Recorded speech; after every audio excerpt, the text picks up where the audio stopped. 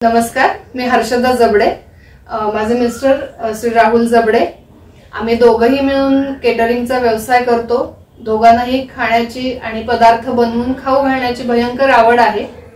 Lockdown मध्ये ही संधी दिसताच या संधीचं हळूहळू व्यवसायात रूपांतर झालं आणि आपण छोट्यापासून सुरुवात करून हळूहळू बऱ्याच मोठ्या ह्याच्यावरती वाटचाल आपली चालू आहे. बिल्डिंग मध्येच आपण हे पदार्थ करतो, आवड आहे तर बिल्डिंग मधूनच त्याची सुरुवात झाली आणि लॉकडाऊन मध्ये लोकांना जेव्हा गरज होती त्यावेळेला आपण त्यांना टिफिन सर्व्हिस दिली आणि त्याच्यातून पुढे आपल्या या व्यवसायाची सुरुवात झाली.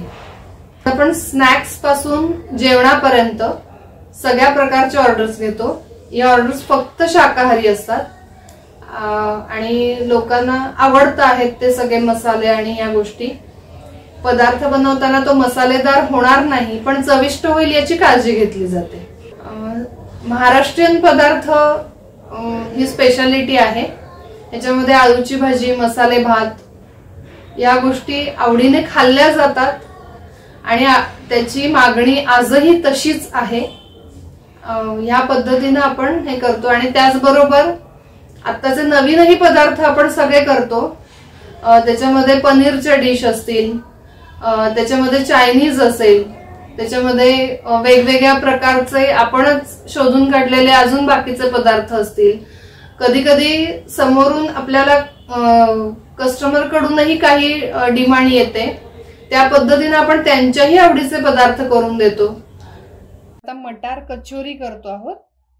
उपास कचोरीच्या सारखी साधारण ही आहे. आता सध्या मटारचा सीझन आहे त्यामुळे मटार कचोरी खायला पण खूप छान वाटते आणि बनवायला एकदम सोपी आहे. पटकन आपल्या हाताशी उपलब्ध असतं हे सामान सगळं. त्याच्यासाठी आपल्याला लागणार आहेत बटाटे आणि थोडंसं अरारूट. या दोन गोष्टी आपल्याला बाहेरच्या कव्हरसाठी लागणार आहेत. आपण आतमध्ये जे काही स्टफिंग करणार आहोत त्याच्यासाठी लागणार आहे मटार, ओलं खोबरं, थोड्याशा मिरच्या, लसूण, त्याच्यानंतर थोडासा किचन किंग मसाला, चाट मसाला, मीठ आणि एक चटपटीत म्हणून तुम्ही घरात जो कोणता मसाला वापरत असाल तो एक मसाला, सिक्रेट मसाला आपण त्याच्यासाठी वापरू शकतो. तर आता ताजा मटार असेल तर थोडा आपल्याला पाण्यामधून तो थोडासा मऊ करून घेतला पाहिजे आणि तो मिक्सर मधून काढायचा, तो ओबडधोबड काढायचा. त्याच्या बरोबरच आपण मिरच्या आणि लसूण हे एकत्र करून मटार सोबतच काढायचंय, ते वेगळं करायचं नाहीये. आणि कढईमध्ये अगदी चमचाभर तेलावरती आपण मटार आणि जे तयार केलेलं मिश्रण आहे ते सगळं टाकायचंय. ते साधारण असं होणार आहे आणि त्याच्यामध्ये आपण खोबरं घालणार आहोत, ओलं खोबरं. आणि हे सगळं याचा कच्चेपणा जावा इतपतच हे परतायचंय. कचोरी तळताना पुन्हा मटार तळला जाणारच आहे त्यामुळे वेगळं त्याला जास्त शिजवण्याची गरज नाहीये. हे साधारण आपलं सामान आहे. तर आपण आता कृती करूया. त्यासाठी आपण बटाटे उकडून सोलून घेतलेत. किंचित कच्चे उकडायचे, अगदी पूर्ण उकडायचं नाहीये बटाटा. त्या बटाट्यामध्ये थोडंसं अरारूट घालायचंय आणि मीठ घालायचंय. त्याच्यानंतर त्याचे असे छोटे छोटे गोळे करून घ्यायचे आहेत आणि आपण हे हातानेही करू शकतो. जर पुरी यंत्र आपल्याकडे सहज उपलब्ध होत असेल तर आपण पुरी यंत्रावर पण हे सहज करू शकतो. याची आपण एक छोटीशी पारी करून घेऊयात.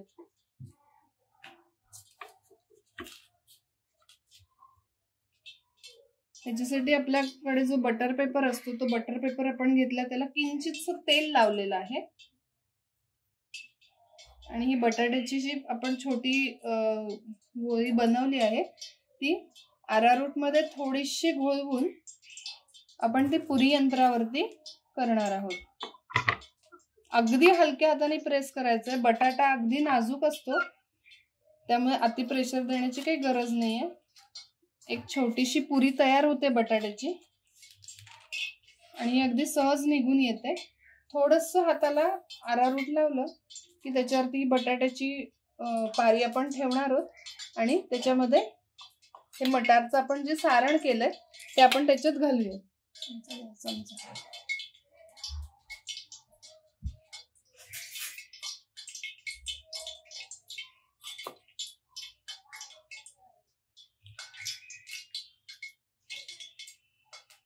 आता ह्या सारणामध्ये आपण आपल्या आवडीप्रमाणे इतरही अनेक भाज्या घालू शकतो जे मुलं पटकन खायला तयार होणार नाहीत.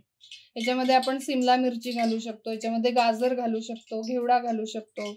हे सगळंही घालून आपण ही कचोरी सहज करू शकतो. आणि थोडीशी कमी तिखट केली, ज्याच्यामध्ये आपण मिरचीचा वापर केला नाही, आणि थोडीशी मिरपूड घातली तरी त्याला छान तिखटपणा येणार आहे.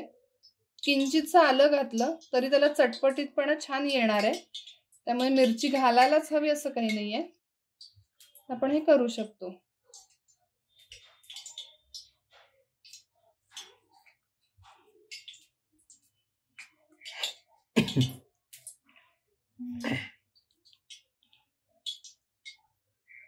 या पद्धतीने आपण आपली कचोरी एक बांधून घेतलीये. अशीच अजून एक कचोरी बांधून घेऊया.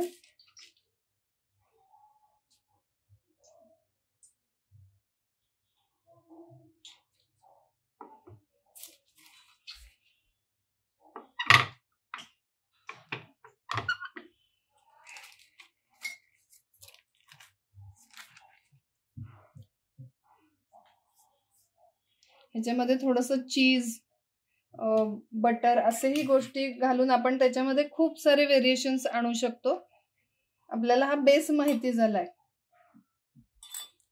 फक्त बटाटा घेताना तळेगाव बटाटाच घ्यायचा, म्हणजे तो जास्त पाणी सोडत नाही आणि व्यवस्थित आपण त्याचं वरचं कोटिंग करू शकतो. नंतर बटाटा सैलसर झाला तर तो बांधणं खूप अवघड जातं.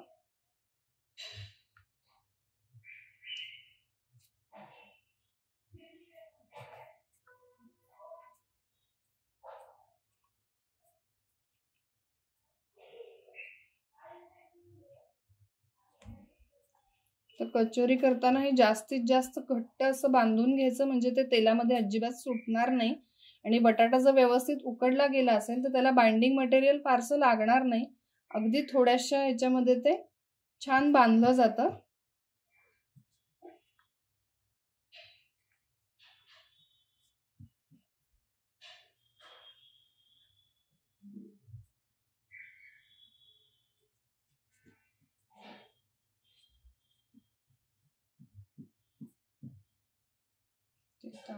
तेल तापले इथे आहे का बघ, माहिती इकडे इथे का.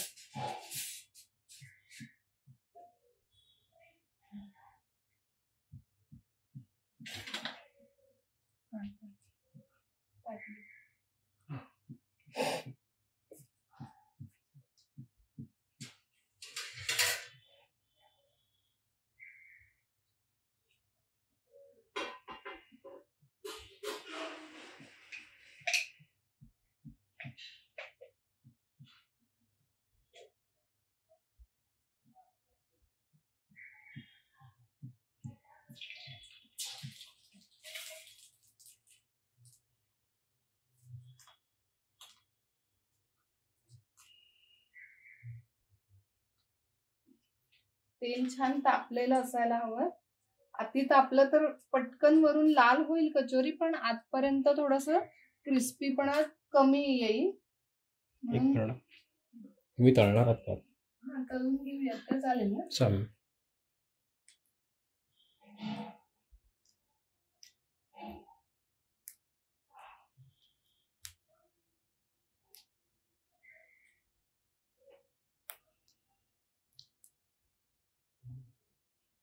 नाही असं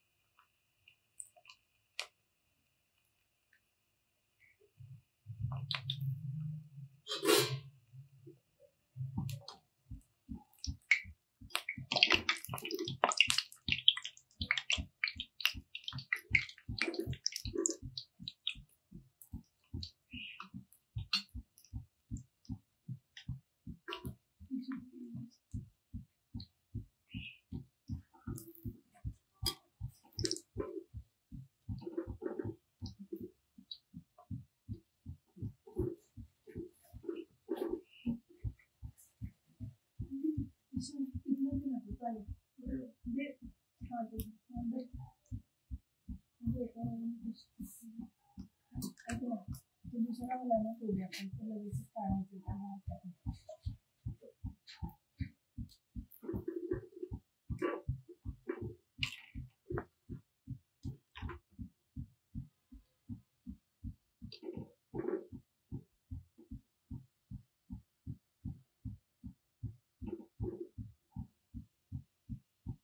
मी याच्यासाठी कोणतं तेल वापरतो ते पण सांगा.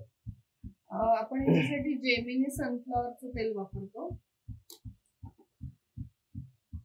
कुठलंही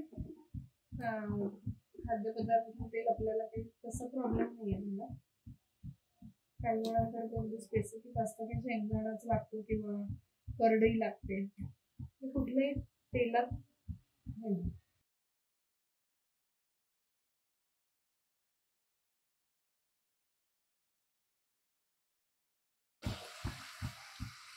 साधारण अशी गोल्डन रंगावरती काढायला हरकत नाही. पदार्थ सगळे शिजलेलेच असतात, त्यामुळे आधी शिजवण्याची गरज नाही. आणि आपण हे आता टिश्यू वरती काढूया.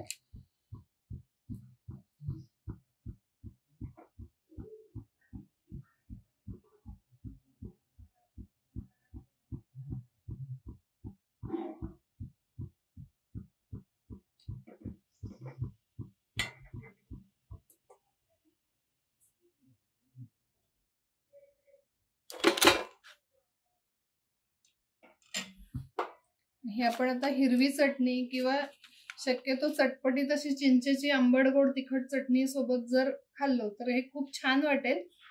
आणि ही नुसतीच कचोरी सुद्धा खायला खूप छान आहे.